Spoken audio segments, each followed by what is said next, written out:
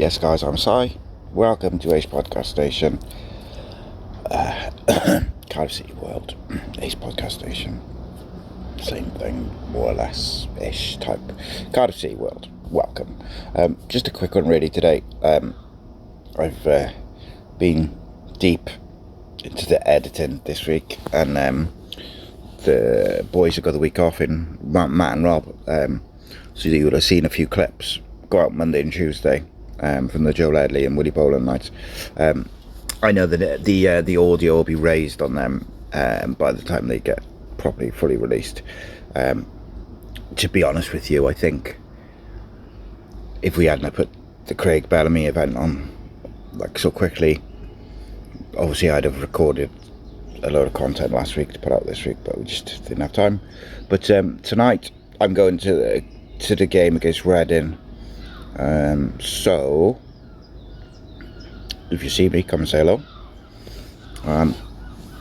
And just wanted to give like a quick sort of roundup of what's kind of going on at the moment, and then basically I'll do a live tomorrow after I do the show with Rodri, and we'll have a deep dive into it all. But I mean, first and foremost, obviously Wilfred Kanga signed on loan.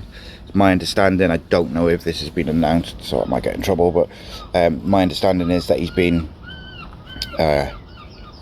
it's a loan with a deal in place to sign him permanently if he hits certain targets, goals essentially, but I guess we'll see with that. And then this kind of broke over the last 48 hours, and we even survived a late Watford bid on Al Ghazi, former Villa. I think he played for Everton, he played abroad. Look, he is far too good for the Championship, he did his medical this morning. He flew in the early hours. I think he flew in like 3-4 o'clock in the morning, was doing his medical by 8 a.m.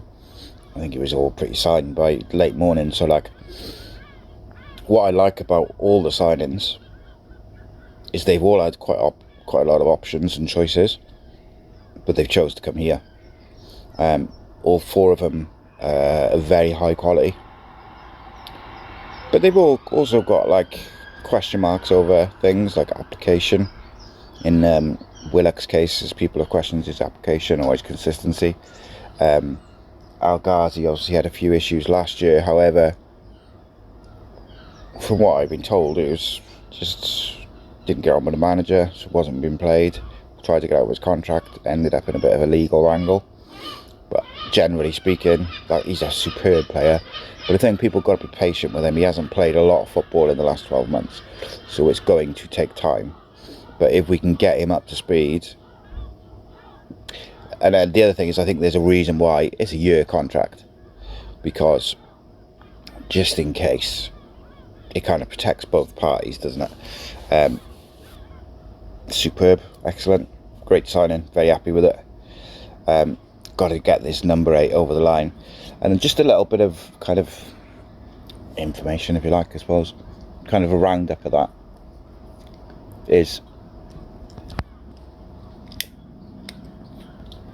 it's a bit of an update, like a roundup on that side of it is, so Alex Robertson was pretty far down the line last week, to the point where on Saturday he was kind of doing his medical with some of the rumours, but he's our second choice, number 8.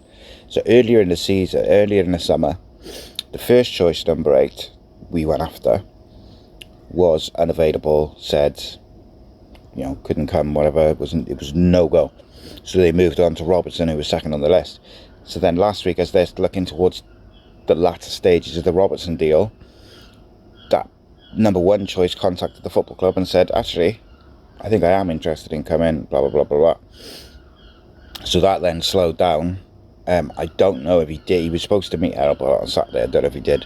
So I'm not quite sure where they stand at the moment. But the person who I did speak to Monday said there is a slim chance they sign both. Now, if Cardiff were to sign both of those number 8s, we're building quite a squad, I've got to say.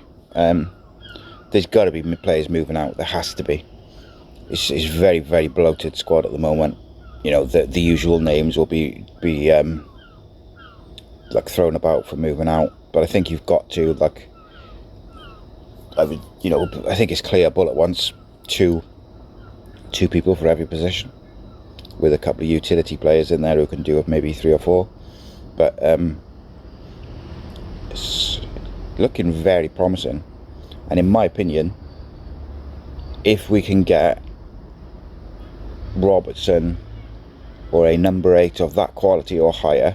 The thing I like about Robertson is he's young, and I like the kind of mix of youth and experience that we've got. I like Robertson. I would like him down here. I think he'd be a massive success, and he's got a big resale value if you sign him as well, depending on how big the clause is in sell-on fee and stuff. But and I know the club really like him. So, that being said, who's the other number 8? Interesting, isn't it? The Todd Cantwell rumours won't go away. For me, I would love to see him down here. I like him. I think El Ghazi is probably the wide option. I think Cantwell plays 10 as well, though, so I suppose. The thing with Cantwell is I don't see us dropping 5 million on anyone. Like, if we were going to drop 5 million on anyone, I would have put my money on it being the striker or the number 8. And they seem to be cheap. But we haven't actually spent any money in terms of transfer fees yet, I don't think. So, we have probably spent quite a bit in wages and signing on fees. So, for me, I wouldn't rule out Cantwell, but this is only an opinion and a guess, really. I wonder whether we might end up seeing something like Colwell going to Rangers and Cantwell coming down here, something like that. Because I can't see how we drop that much money on Cantwell when we've signed El Ghazi and Willock and a Kanga, and then we've signed an 8, maybe even 2.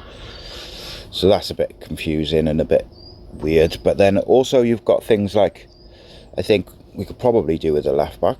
Although I think you've got O'Dowda who can play left back too, which I know people at the club really like him at left back. So that's probably what's going to happen with the other wide options we've got with Isaac Davis.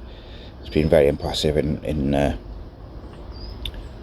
pre-season. Robertson's been impressive on the pre-season, who can play at a number left wing or number 10 or through the middle. So you've got a few really versatile players, but the quality has been upped for sure. I think Ian Ashford goes on loan now. I just don't see where he gets game time, to be honest, outside of the EFL Cup. So if you don't have a run in that, he's there all season twiddling his thumbs. So going on loan and playing games would not be the worst thing for him at all. Same for Joel. I think it's a good idea now for get him going on loan. Need to sell Wintle, need to sell Romeo. We've got to move these players out to balance the books. But it's going to be interesting because I feel like we're building a squad. I still think, and it's not information, it's just hypothesising from bits and bobs I have heard. I wouldn't be surprised to see us go and get a Tyrese Campbell, someone pretty experienced in the Football League, on a free. And then your kind of striker options are Kanga, Campbell, Davis, and then Atete goes out on loan. That would make sense to me, because really, if Kanga doesn't work, or I think he will work, and I got to be honest, I think he's got all the attributes to be a cult hero, and he's got all the attributes. He's good for the Championship.